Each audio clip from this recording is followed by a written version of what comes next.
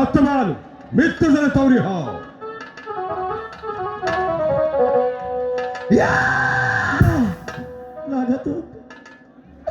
তুমি মন থেকে বেরো না।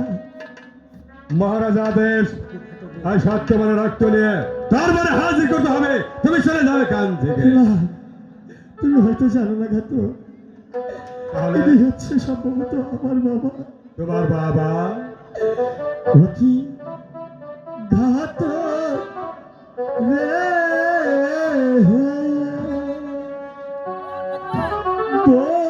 ওর দিওয়ালেন ভাবে আমার পিতা। পিতা ইহুদি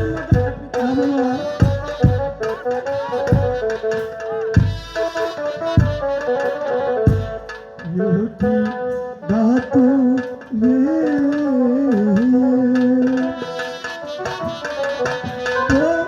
ওর দিওয়ালেন ভাবে আমার পিতা। পিতা আমি তো জন্মদাতা।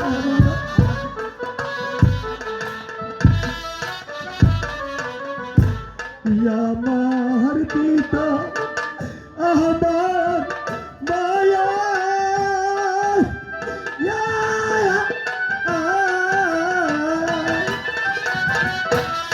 আছেন পিতা চাকর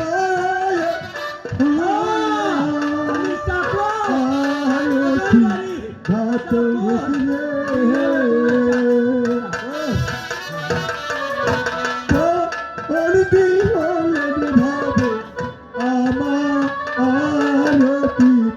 আমি সত্যি বলছি না তো, সত্যি বলছি আমার পিতা, আমার পিতা।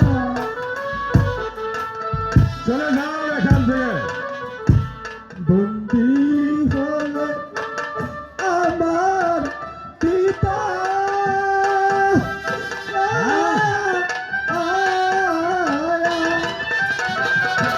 রাজার বলে পালো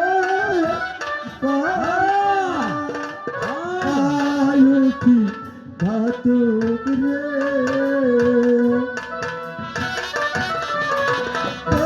করতে হলে বিরলে আমার পিতা।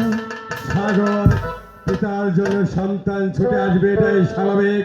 আমি যে তোমার অনুরোধে তোমার পিতা সত্যবানকে আমি এখানে রেখে যাবো, তাহলে মহারাজ যে আমার কাছে দিয়েছে সত্যবান তাদের রক্ত এনে আমি সম্মানকে হাজির করবে, সেটা আমি কোথায় পাবো? শোনো ঘাতক, তুমি বাবাকে কি বলবে সাগর বাসা মন্ত্রীকে হত্যা করতে দেয়নি? যাও ঘাতক, তুমি ফিরে যাও। ঠিক আছে, আজ তোমার সন্তানের অনুরোধে তোমার জানতে আমি ঠিক। বাবা বাবা সাগর, দেখেছো বাবা, তুই কি আমাকে মৃত্যুর হাত থেকে রক্ষা করতে পারবি কেন বাবা? পারবো না বাবা, আমি তো তোমার সন্তান, তাই না?